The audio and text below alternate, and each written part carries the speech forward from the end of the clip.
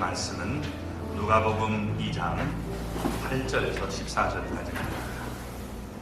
자, 우리 같이 읽어볼까요? 그 지역에 목자들이 밤에 밖에서 자기 양떼를 지키더니 주의 사자가 곁에 서고 주의 영광이 그들을 두루 비추매 크게 무서워하는지라. 천사가 이르되 무서워하지 말라. 보라, 내가 온 백성에게 미칠 큰 기쁨의 좋은 소식을 너희에게 전하라. 오늘 다윗의 동네에 너희를 위하여 구주가 나셨으니 곧 그리스도 주시니라. 너희가 가서 강보에 쌓여 구유에 누워 있는 아기를 보리니 이것이 너희에게 표적이라 하더니 보려니 수많은 천군이 그 천사와 함께 하나님을 찬송하여 이르되 지극히 높은 곳에서는 하나님께 영광이요 땅에서는 하나님이 기뻐하신 사람들 중에 평화로다 하니라. 아멘. 할렐루야. 하나님의 은혜와 복이 오늘도 주님 앞에 나온 우리 사랑하는 성도 여러분 삶 속에 가정 속에 늘 함께 하시기를 주님의 이름으로 축원합니다. 우리 옆에 분 손 붙잡고 우리 이렇게 우리 서로 우리 인사 나누겠습니다. 성탄절에는 주님을 더욱더 찬양합시다. 당신 때문에 정말 살만 납니다. 그런 분들이 되기를 주님의 이름으로 축원합니다. 본문 앞에는 예수님의 탄생에 관한 말씀이 나옵니다. 미가서 5장 2절 말씀을 우리가 의하면 메시아 곧 그리스도는 유다 베들레헴 땅에서 탄생하도록 되어 있습니다. 이 말씀을 성취하기 위해서 예수님은 베들레헴 땅에서 탄생하신 것입니다. 이를 위해서 먼저 이 가이사 아구스토는 천하로 하여금 다 호적하라는 영을 내렸습니다. 그리고 수리아의 총독 구레뇨는 호적하는 그 기일을 정해줬습니다. 그리고 로마의 세움을 받은 헤롯 왕은 각 사람이 자기의 고향으로 가서 호적을 하게 만들었습니다. 하나님은 이처럼 우리가 가이사 아구스토, 총독 구레뇨, 그리고 헤롯 왕을 사용해서 요셉과 마리아를 갈릴리 나사렛에서 유대 땅 베들레헴 땅으로 보냈던 것입니다. 하나님의 섭리 가운데 예수님이 베들레헴 땅에서 탄생하신 이래 그들은 쓰임을 받은 것입니다. 요셉과 마리아가 베들레헴에 이르렀을 때 나그네를 위한 여관에는 있을 곳이 없었습니다. 이미 다른 사람들이 다 그곳을 차지하고 있었기 때문입니다. 그러므로 요셉과 마리아는 여관에 딸린 마구간을 임시 거처로 정했습니다. 그들이 마구간에 거할 때 마구간에서 아기 예수님을 낳았던 것입니다. 마리아는 아기 예수님을 강보, 보재기로 쌓고 아기 예수님을 구유, 이 짐승의 먹이를 담는 그릇에 여기 누였습니다. 이처럼 아기 예수님은 짐승과 같은 자들을 위해 친히 먹이가 되기 위해 이 땅에 오신 예수님의 모습을 보여주고 있는 것입니다. 요셉과 마리아를 제외하고는 그때 아무도 하나님의 아들인 예수 그리스도가 탄생했다는 사실을 몰랐습니다. 그러나 이런 현상은 오래가지 않았습니다. 하늘에서 이 천사가 내려와서 양떼를 지키던 목자들에게 하나님의 아들 예수 그리스도의 탄생 소식을 전했습니다. 그리고 수많은 천사들이 하나님을 찬양하는 모습이 오늘 본문에 기록되어 있습니다. 먼저 우리 8절을 보겠습니다. 그 지역에 목자들이 밤에 밖에서 자기 양떼를 지키더니, 여기 그 지역은 아기 예수님이 탄생하신 유대 땅 베들레헴 지역을 말하는 것입니다. 이 베들레헴은 예루살렘에서 동남쪽으로 약 한 10km 정도 떨어진 시골입니다. 베들레헴 인근에 있는 어느 들에서 목자들이 밤에 자기 양떼를 지키고 있었습니다. 낮이면 양들은 이리저리 다니면서 자유롭게 풀을 뜯어먹습니다. 그러다가 밤이 되면 양들은 목자들이 돌이나 나뭇가지를 사용해서 임시로 만든 우리 안에 들어가게 되는 것입니다. 그러면 목자들은 교대로 깨어서 들짐승이나 도적이 양떼에게 가까이 오지 못하도록 지키는 것입니다. 그때 잠을 자는 목자는 이 우리 입구에 들어놓게 됩니다. 자, 이게 우리라고 생각해 보십시오. 우리 입구라고 생각해 보세요. 이렇게 있을 때 여기 딱 눕게 되는 거예요. 그러면 이게 우리 안에 있는 지금 양들이 우리 바깥으로 나가려고 하면 양은 필히 목자를 밟고 지나가야 되는 겁니다.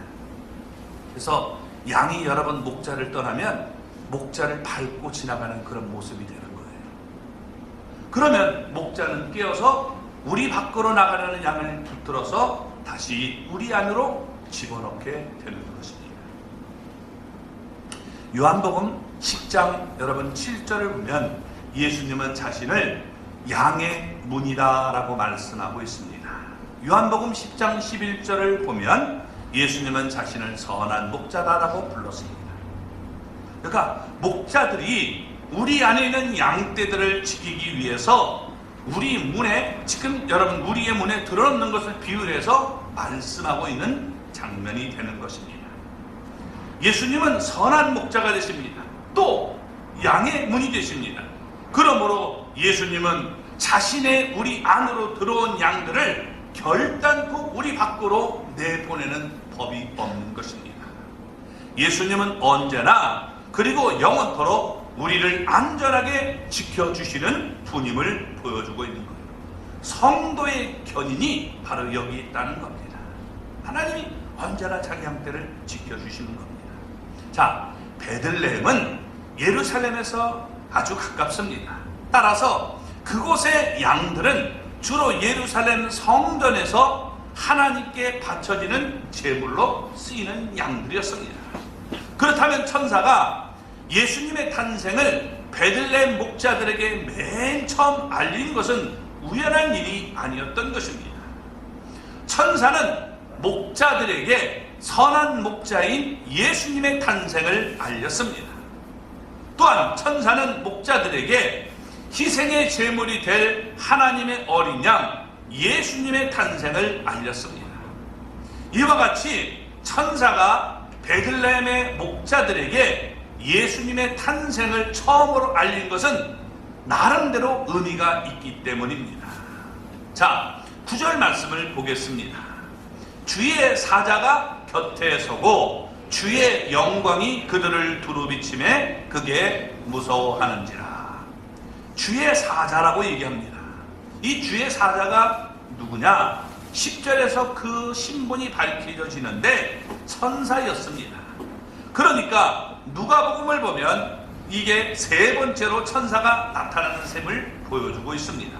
제일 먼저는 사가랴에게, 두 번째는 마리아에게 나타났고 세 번째는 여기 목자들에게 나타났던 것입니다. 이때 목자들에게 나타난 천사도 역시 가브리엘이었을 것입니다. 아무튼 천사가 목자들 곁에 섰습니다. 물론 천사가 어떠한 예고를 하지 않았습니다. 때는 어두운 밤이었습니다. 그렇지만 목자들은 그 천사를 식별할 수 있었던 것입니다. 이때 주의 영광이 그들에게 두루 비쳤다라고 말씀하고 있습니다. 여기서 주는 하나님을 말씀하는 것입니다. 하나님은 영이시기 때문에 우리 눈으로 볼 수 없습니다. 따라서 하나님이 자신을 드러낼 때 하나님은 빛나는 영광으로 우리에게 자신을 드러내시는 것입니다. 자, 이때 하나님의 영광은 하나님의 임재를 뜻하는 것입니다. 아무튼 지금 아무 예고도 없이 천사가 지금 목자에게 나타났습니다. 그와 동시에 하나님의 영광, 하나님의 임재에 의한 영광이 그들에게 두루 비치게 되었습니다. 자, 그러자 목자들은 어떤 반응을 보입니까? 오늘 본문을 보면 여기 9절에 크게 무서워했다라고 말하고 있습니다. 사실 지극히 거룩한 하나님의 임재 앞에 죄인들은 모두 다 두려워 떨 수밖에 없는 것입니다. 그래서 성경을 읽어보면 죄인들은 여러분 주님을 만났을 때 두려워 떠는 모습을 보여주는 것입니다. 여기 우리 누가복음 1장 12절을 보면 사가랴도 천사를 보고 놀라서 무서워했습니다. 1장 30절을 보면 마리아도 천사를 보고 무서워했습니다. 따라서 이 목자들이 천사를 보고 크게 무서워하는 것은 아주 자연스러운 일이었던 것입니다. 그렇다면 왜 천사는 목자들에게 나타났습니까? 2장 38절의 말씀처럼 그들은 예루살렘 성전에서 제물로 쓰일 양들을 치면서 예루살렘의 속량을 바라고 있었을 것입니다. 하나님을 경외하면서 예루살렘을 속량할 메시아를 기다리고 있었던 것입니다. 그러기에 천사가 메시아의 탄생을 알렸을 때 그들은 이것저것 따지거나 묻지 않았습니다. 천사들의 말을 조금도 의심하지 않고 받아들였습니다. 주저하지 않고 베들레헴으로 달려가서 천사가 한 말을 확인한 후에 하나님께 영광을 돌리며 찬송했다라고 말하고 있는 것입니다. 그러니까 그들은 분명히 하나님을 경외하는 사람들이었던 것입니다. 사가랴도 마리아도 목자들도 다 하나님을 경외했습니다.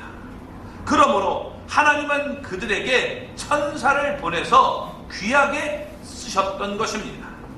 우리도 하나님을 늘 경외하며 날마다 하나님께 영광 돌림으로 하나님 앞에 귀하게 쓰임받는 사람들이 되시기를 주님의 이름으로 축원합니다.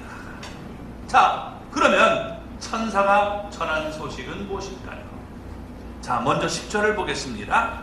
천사가 이르되 무서워하지 말라. 보라, 내가 온 백성에게 미칠 큰 기쁨의 좋은 소식을 너에게 전하노라. 아멘.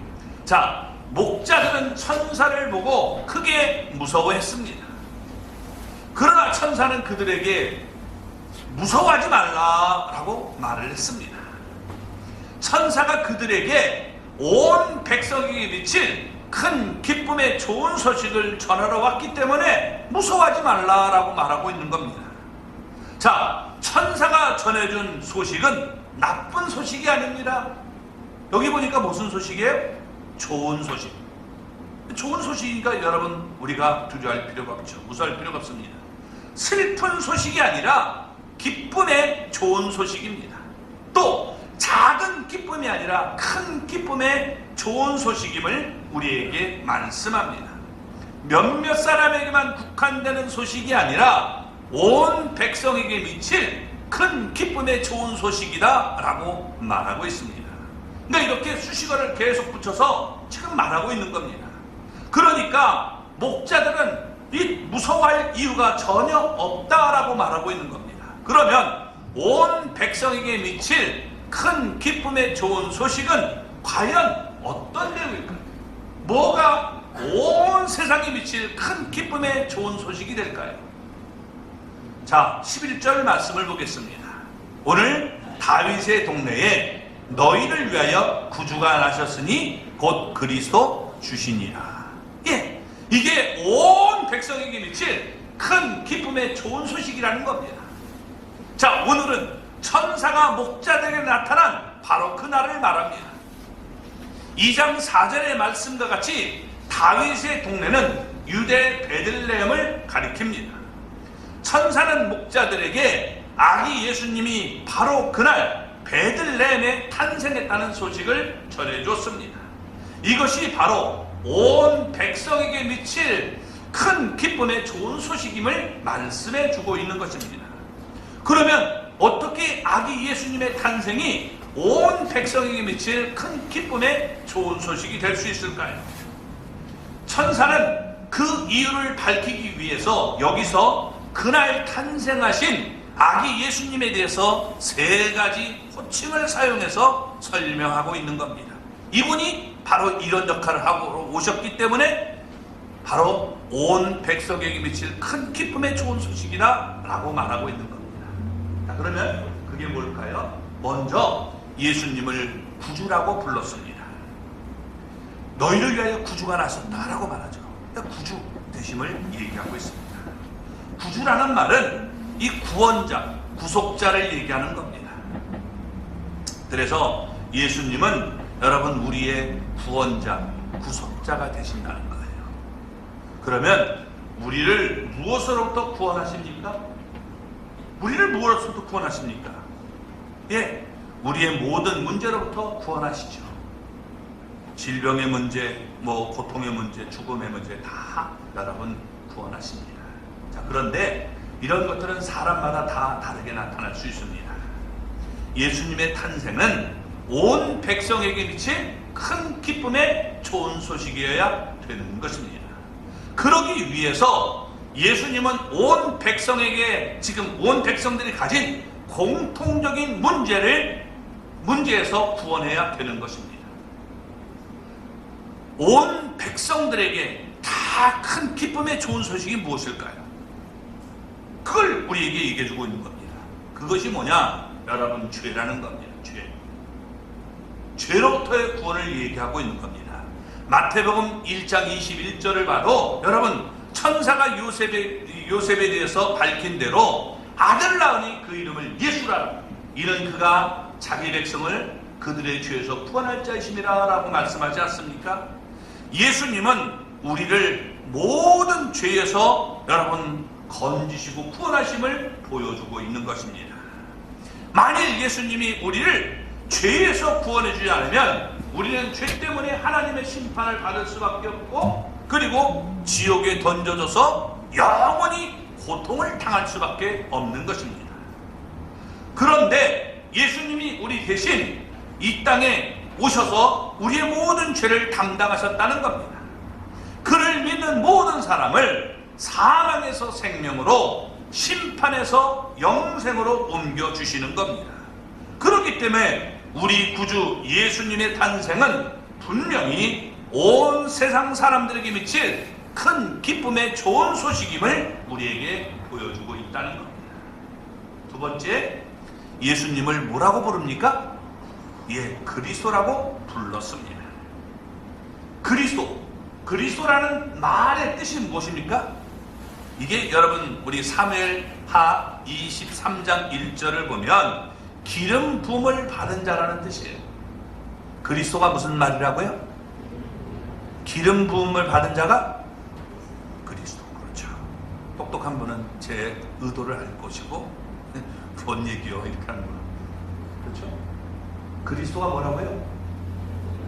기름 부음을 받은 자가, 예, 그리스도라는 말은 헬라어예요. 헬라어. 여러분들 헬라어를 하신 거예요 지금. 근데 이걸 히브리어로는 뭐라고 하냐? 메시아라고 하는 거예요. 메시아는 그리스도고 그리스도가 메시아예요. 이해되셨죠? 그래서 여러분, 우리가 메시아 이렇게 얘기하는 겁니다. 자, 다시 한번 히브리어로 헬라어로 한번 해봅시다. 기름 부음을 받은 자 헬라어로, 히브리어는, 참 이거 보면 우리 성도님들이 이 정도 수준이면 이 문학은 참 은혜요. 정말 주님의 은혜. 금방 알려줘도 잊어버리잖아요. 그래서 말을 못해요. 다시 한번 하겠습니다. 자, 기름 부음을 받은 자를 헬라어로 뭐라고 한다고요? 예, 히브리어로는? 그렇죠. 완전히 여러분 잊지 마시고 여러분 좀 하시기 바랍니다. 갈 때 또 물어보면 또 몰라요. 그러니까 목사가 또 설교하는 거지 다 알면 하겠습니까? 네, 어쨌든 자, 그런 겁니다. 그건 뭐냐? 이 구약 시대 왕, 제상, 선지자에게 기름을 부어서 그들을 하나님의 사람으로 높인 것입니다. 자, 예수님은 이렇게 기름 부음을 받으심으로 이런 역할을 하러 오신 분임을 보여주고 있는 거예요. 먼저 예수님은 우리를 다스리는 왕으로 오신 분입니다. 그래서 예수님은 우리 왕이에요. 아멘. 예수 우리 왕이요 하죠. 그죠? 그래서 우리의 왕이 되셔서 우리를 다스리는 분임을 믿으시기 바랍니다. 또 우리의 죄를 용서하시고 하나님께로 인도하는 대장이 되시는 겁니다. 그래서 예수님은 우리의 죄를 여러분 용서하시고 하나님 앞에 우리를 데리고 가시는 분이에요. 그 역할을 하시는 거죠. 또 예수님은 우리에게 하나님의 말씀을 온전히 전해주는 선지자로 오신 분입니다. 그 선지자로 오신 거예요. 진짜 선지자로 오신 겁니다. 그래서 예수님을 통해서 우리는 하나님의 말씀을 온전히 해석하고 여러분 알게 되는 거예요. 이만희가 여러분 이게 온전한 성경을 해석해 주는 분이 아니라 성경은 언제나 예수님이 여러분 우리에게 성경을 온전히 해석해 주는 분이에요. 마호메트가 성경을 온전히 우리에게 전해주는 예언자가 아니라 바로 예수님임을 우리에게 말씀해 주고 있는 겁니다. 자, 그래서 예수님은 우리를 위해서 세 가지 지금 역할을 하고 오신다는 거예요. 왕으로, 대제사장으로, 선자로 이렇게 오신다는 겁니다. 그래서 이것이 바로 온 백성에게 미칠 큰 기쁨의 좋은 소식이다라고 말하고 있는 겁니다. 세 번째, 예수님을 주라고 불렀습니다.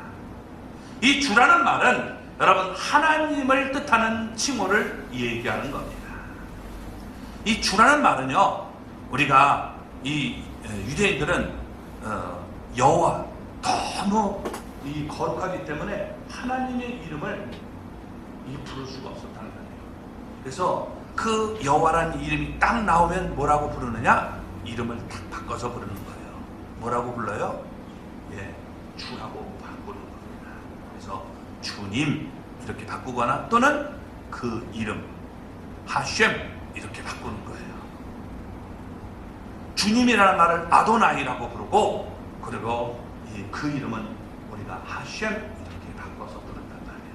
그래서 예수님을 우리가 영접하는 자, 곧 그 이름을 믿는 자 했을 때 그 이름은 예수님의 이름 되지만 그분이 하나님 되심을 우리가 믿는 자는 여러분 우리가 하나님의 자녀가 되는 길을 열어주시는 거예요.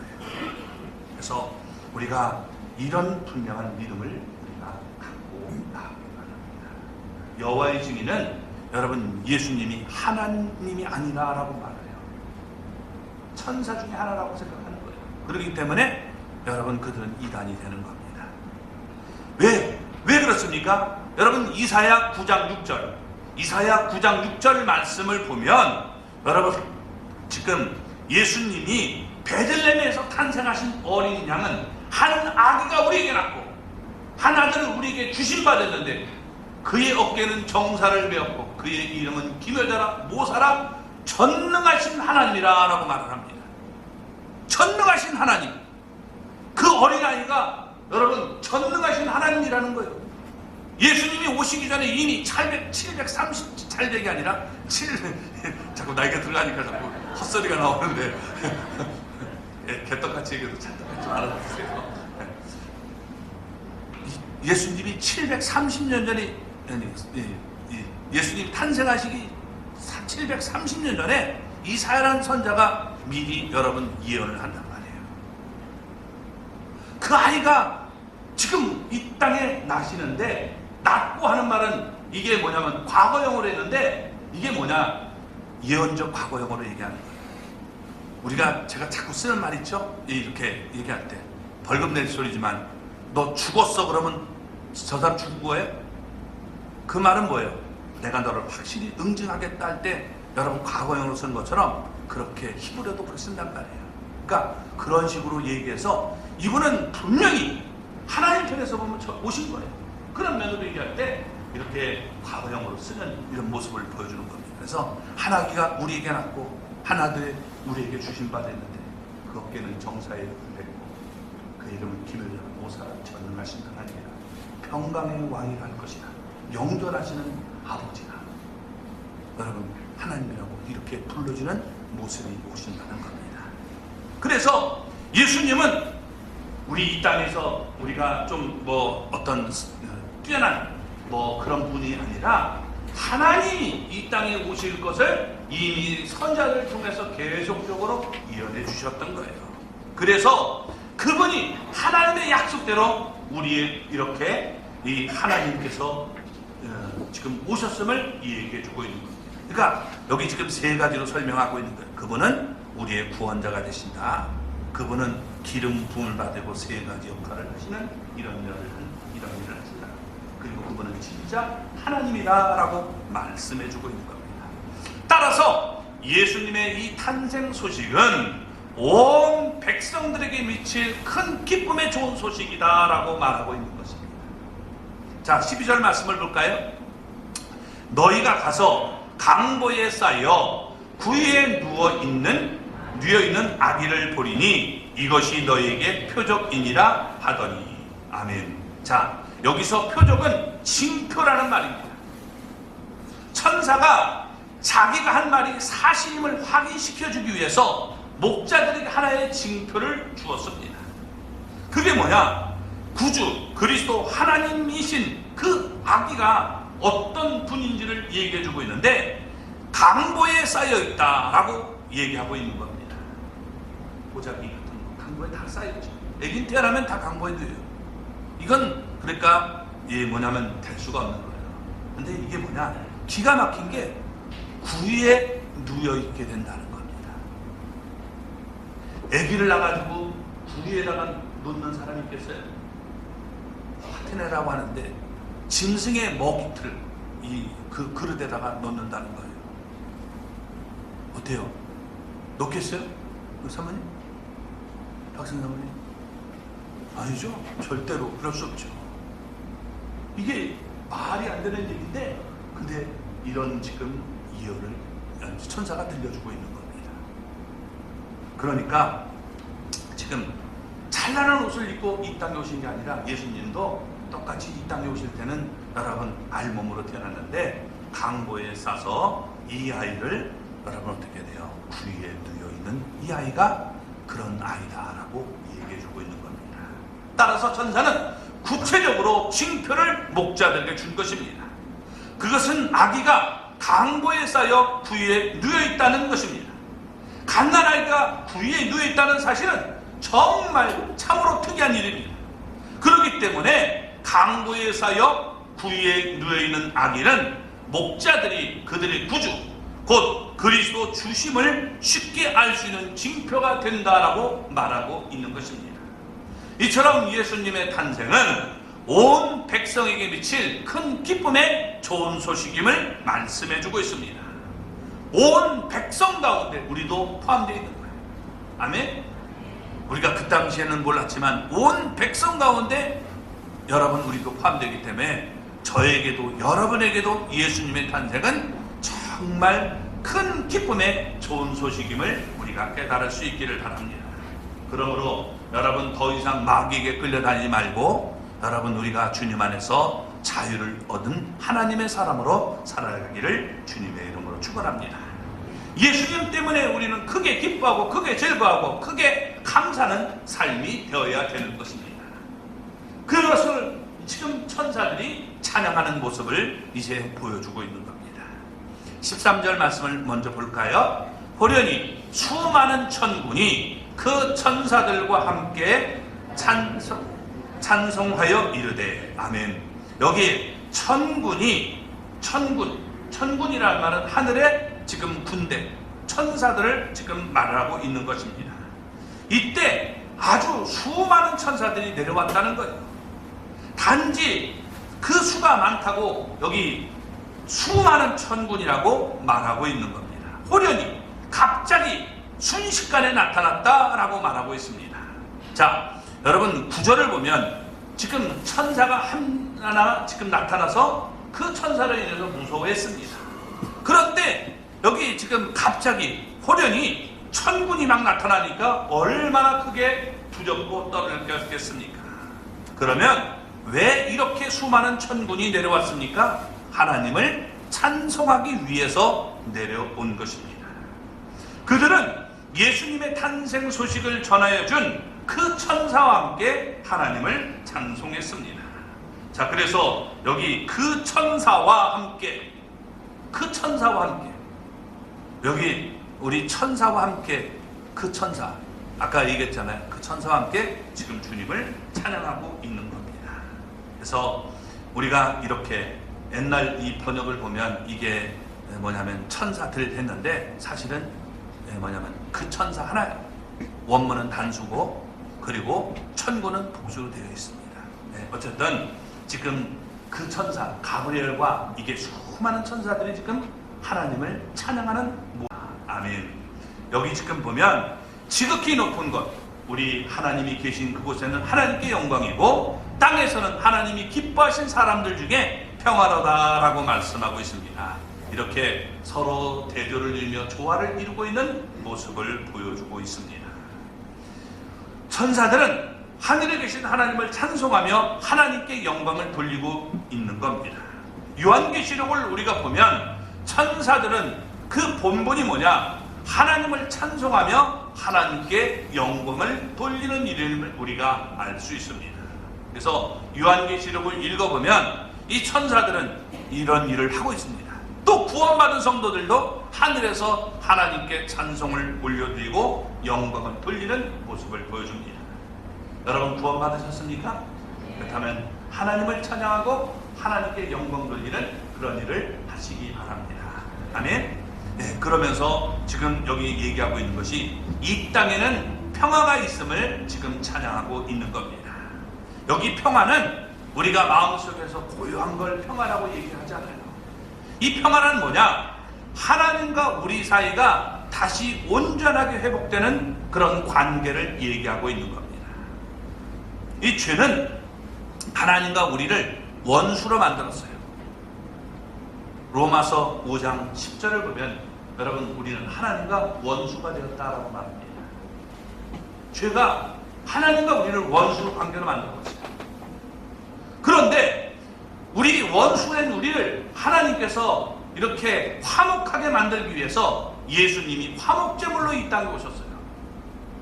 그래서 예수님 자신을 드림으로 우리를 하나님과 관계를 온전하게 회복시킨 거예요. 이걸 뭐라고 하냐? 여러분 평화라는 것을 우리가 샬롬이라고 하죠. 그렇죠? 그래서 하나님과 우리의 관계가 완전해지는 것, 이걸 우리가 살렘 이렇게 얘기합니다. 그리고 예수님이 우리에게 이렇게 여러분 화목제물로 셀렘, 그 다음에 화목제물로 값을 치렀다 실렘. 히브리어로 보면 다 이게 같은 말이에요. 모음만 달라지는 거예요. 그래서 여러분 하나님께서 우리를 이렇게 만드시는 모습을 보여주고 있는 겁니다. 그래서 예수님을 통해서 우리는 하나님과 원수가 아니라 이제는 어떻게 해요? 관계가 다시 회복된 거예요. 그렇게 하나님이 여러분 이렇게 만들어 주셨음을 보여주고 있는 겁니다. 그래서 이 땅에 여러분 어떻게 해요? 이 땅의 평화가 아니라 성경을 우리가 잘 보셔야 돼요. 이 땅에는 어떻게 돼요? 하나님이 기뻐하신 사람들 중에 평화라는 겁니다. 모든 사람에게 평화가 오는 게 아니에요. 이 땅이 우리가 가면서 평화로운 세상이 되는 게 아니라 여러분 하나님이 기뻐하신 사람들 중에 평화가 이루어지는 겁니다. 무슨 얘기냐? 에베소 1장 5절의 말씀과 같이 하나님의 기쁘신 뜻 가운데 예정되어 택하심을 받은 사람에게만 이 평화가 주어진다는 겁니다. 그러니까 우리가 구원받는 어떤 자격이나 공로가 있어서가 아닙니다. 하나님의 기쁘신 뜻, 내가 너를 사랑한다. 그래서 우리를 구원해 주었다는 것, 택해 주시고 그 한 가지 이유 때문에 우리는 하나님과 화평을 이루게 된 것입니다. 그래서 천사는 하나님을 찬송하며 영광을 돌리는 것입니다. 성탄의 소식은 뭐냐? 온 백성에게 미친 큰 기쁨의 여러분 좋은 소식임을 우리에게 얘기해 주고 있는 겁니다. 그래서 성탄은 막 우리끼리 즐거워하면서 우리가 막 세상적으로 기뻐하는 게 아니라 나를 이렇게 구원하기 위해서 내가 하나님의 원수였는데 이 원수의 나를 하나님과 나를 이렇게 화목하게 만들어주기 위해서 이 땅에 예수님이 오셔서 나의 모든 죄를 짊어지시고 죽으셨음을 우리는 기억하는 날이 되는 겁니다. 아멘. 사실 예수님이 언제 이 땅에 태어나셨는지 몰라요. 왜냐하면 옛날에 성경은 그렇게 기록해놓고 있지 않아요. 언제라는 걸. 옛날에는 왜 그랬느냐? 사람이 태어난다는 중요하지 않았어요. 사람이 죽는 날이 이게 중요한 거였어요. 그러니까 예수님은 언제 죽는 것이 정확하게 여러분 기록해놨지만 태어난 일은 사실 몰라요. 유대 땅에 가도 이스라엘에 가도 여러분 어떻게 돼요? 성탄절은 3번 지내요. 3번 드려요. 놀랍죠? 그죠? 그렇게 한단 말이에요. 몰라요. 그러나 분명히 이 땅에 오신 건 사실이잖아요. 12월 25일은 어떻고 26일은 어떻고 27일은 어떻습니까? 분명히 오신 걸 우리가 기억하는 거죠. 그러나 우리가 공통적으로 많은 사람들이 우리가 이 날을 우리가 하자. 그래서 모이면 우리가 그 예배를 드리고 하는 것이죠. 그래서 여러분 너무 날짜에 우리가 목숨 걸지 말고 거기 그거 신경 쓸 건 없어요. 분명히 예수님이 어떤 목적으로 오셨는가를 우리가 알면 되는 것입니다. 그래서 예수님은 이 땅에 오신 것이 우리에게 온 백성이 맺힌 큰 기쁨의 좋은 소식임을 우리가 잊지 마시기 바랍니다. 이 큰 기쁨과 큰 즐거움으로 우리가 하나님 앞에 크게 감사하며 영광 돌리는 우리 모두가 되기를 주님의 이름으로 축원합니다.